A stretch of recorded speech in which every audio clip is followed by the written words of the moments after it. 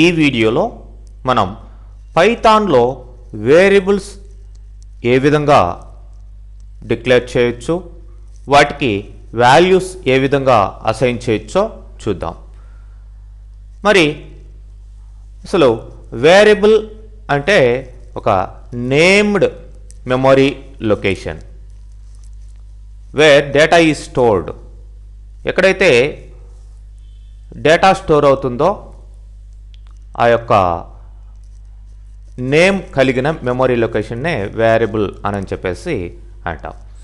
మరి ఒక వేరియబుల్ తీసుకోగానే దానికి మెమరీలో సమ్ స్పేస్ అనేది అలొకేట్ అవుతుంది. ఇంటిజర్ వేరియబుల్కి అయితే ఇంత, క్యారెక్టర్ వేరియబుల్కి అయితే ఇంత, స్ట్రింగ్ వేరియబుల్కి అయితే ఇంత, ఫ్లోట్కి అయితే ఇంత, ఇట్లా ఆ యొక్క వేరియబుల్ టైప్ని బట్టి మెమరీ అనేది అలొకేట్ కావడం, అసైన్ కావడం జరుగుతుంది ఆ పర్టికులర్ వేరియబుల్కి. మరి మిగతా లాంగ్వేజెస్లో లాగా అంటే సి++, జావా వీటిల్లో లాగా మనం ముందరగానే వేరియబుల్ని డిక్లేర్ చేయాల్సిన అవసరం లేదు. అదే we need not to declare explicitly అదనమాట. పైథాన్లో ముందరగానే ఫర్ ఎగ్జాంపుల్ ఏ అనే వేరియబుల్ డిక్లేర్ చేయాలంటే సిలో int a అని ఇస్తాం. అట్లనే బి అనే వేరియబుల్, క్యారెక్టర్ వేరియబుల్ కావాలనుకుంటే char b అని ఇవ్వడం జరుగుతుంది. మరి అట్లా ముందరగానే డిక్లేర్ చేయాల్సిన అవసరం లేదు. ఎప్పుడైతే మీకు ఒక వేరియబుల్ కావాలో అప్పుడు డైరెక్ట్గా ఆ వేరియబుల్కి వాల్యూ అసైన్ చేసేటప్పుడే ఆ వేరియబుల్ అనేది ఆటోమేటిక్గా డిక్లేర్ కావడం జరుగుతుంది. దానికి మెమరీ కూడా అప్పుడే అలొకేట్ కావడం జరుగుతుంది using equal operator. Equal operator ద్వారా మనం a = 10 అని ఇచ్చామనుకోండి, ఇమ్మీడియట్గా ఏ అనే వేరియబుల్ డిక్లేర్ అవుతుంది, ప్లస్ దానికి ఆ యొక్క వాల్యూ అసైన్ అయ్యి పర్టికులర్ మెమరీ లొకేషన్లో అది లొకేట్ కావడం జరుగుతుంది.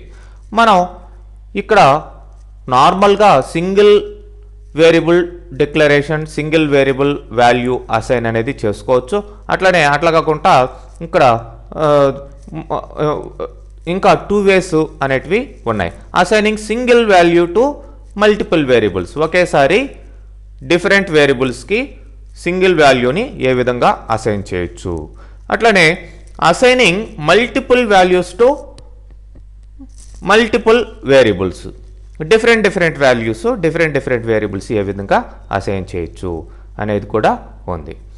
మరి ఎగ్జాంపుల్స్లో మనం చూసినట్లయితే చూడండి,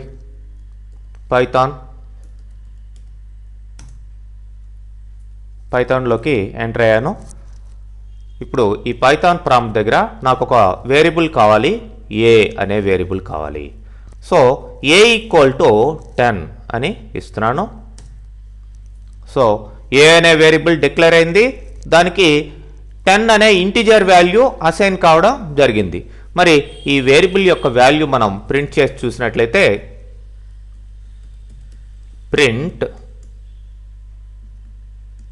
విత్ ఇన్ బ్రాకెట్స్లో a, చూడండి 10 అనే వాల్యూ ప్రింట్ అయింది. ఏ అనే వేరియబుల్లో 10 అనే వాల్యూ అసైన్ అయింది. అట్లనే suppose b = something character x అని ఇచ్చాను. ప్రింట్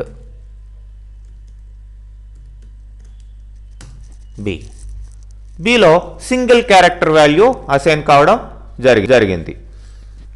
అంటే మనం ఏ టైప్ ఆఫ్ వాల్యూ దానికి అసైన్ చేస్తున్నామో దాన్ని బట్టి ఆ యొక్క వేరియబుల్కి మెమరీ అట్లనే డేటా టైప్ అనేది ఇవ్వడం జరుగుతుంది. అట్లనే c = సంథింగ్ హెలో అందాం. Print c. చూడండి, ఇదేమో ఇంటిజర్ వేరియబుల్, ఇదేమో సింగిల్ క్యారెక్టర్ వేరియబుల్, ఇదేమో స్ట్రింగ్ వేరియబుల్. సో ఇట్లా 3 డిఫరెంట్ వేరియబుల్స్ని మనం ఇక్కడ తీసుకొని వాటికి వాల్యూస్ని అసైన్ చేయడం జరిగింది. అట్లనే అట్ ఎ టైం మీకు వేరియబుల్స్కి వాల్యూస్ని అసైన్ చేయాలి అనుకోండి, x = y = z = సంథింగ్ 50 అని ఇచ్చాను. అంటే ఎక్స్ వై జెడ్ అనే వేరియబుల్స్కి అట్ ఎ టైం నేను 50 అనే వాల్యూ అసైన్ చేయడం జరిగింది. సో మీరు ఏ వేరియబుల్ అయినా వాల్యూ ప్రింట్ చేసి చూడండి. ఫర్ ఎగ్జాంపుల్ ప్రింట్ వై అందాం, వాల్యూ ఏముంటుంది 50 ఉంటుంది. అట్లానే ప్రింట్ జెడ్ అనండి, అక్కడ కూడా 50 ఉంటుంది. ఎక్స్ అన్నా కానీ 50 ఉంటుంది. ఇట్లా మల్టిపుల్ వేరియబుల్స్కి సింగిల్ వాల్యూ అసైన్ చేయడం జరిగింది. అట్లా కాకుండా నేను I comma J comma K equal to 10, 20, 30 ఇక్కడ 3 డిఫరెంట్ వేరియబుల్స్ తీసుకున్నాను. తర్వాత ఈక్వల్ అసైన్మెంట్ ఆపరేటర్ ఇచ్చాను. తర్వాత 10, 20, 30 కామాలు యూజ్ చేసి ఇచ్చాను. అంటే ఐలోకి 10 వెళ్తుంది, జేలోకి 20 వెళ్తుంది, కేలోకి 30 వెళ్ళడం జరుగుతుంది.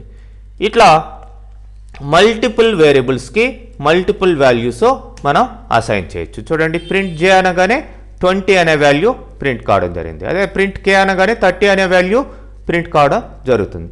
ఈ విధంగా మనం వేరియబుల్స్ని పైథాన్లో తీసుకొని వాటికి వాల్యూస్ని డిక్లేర్ చేయడం, అసైన్ చేయడం జరుగుతుందండి.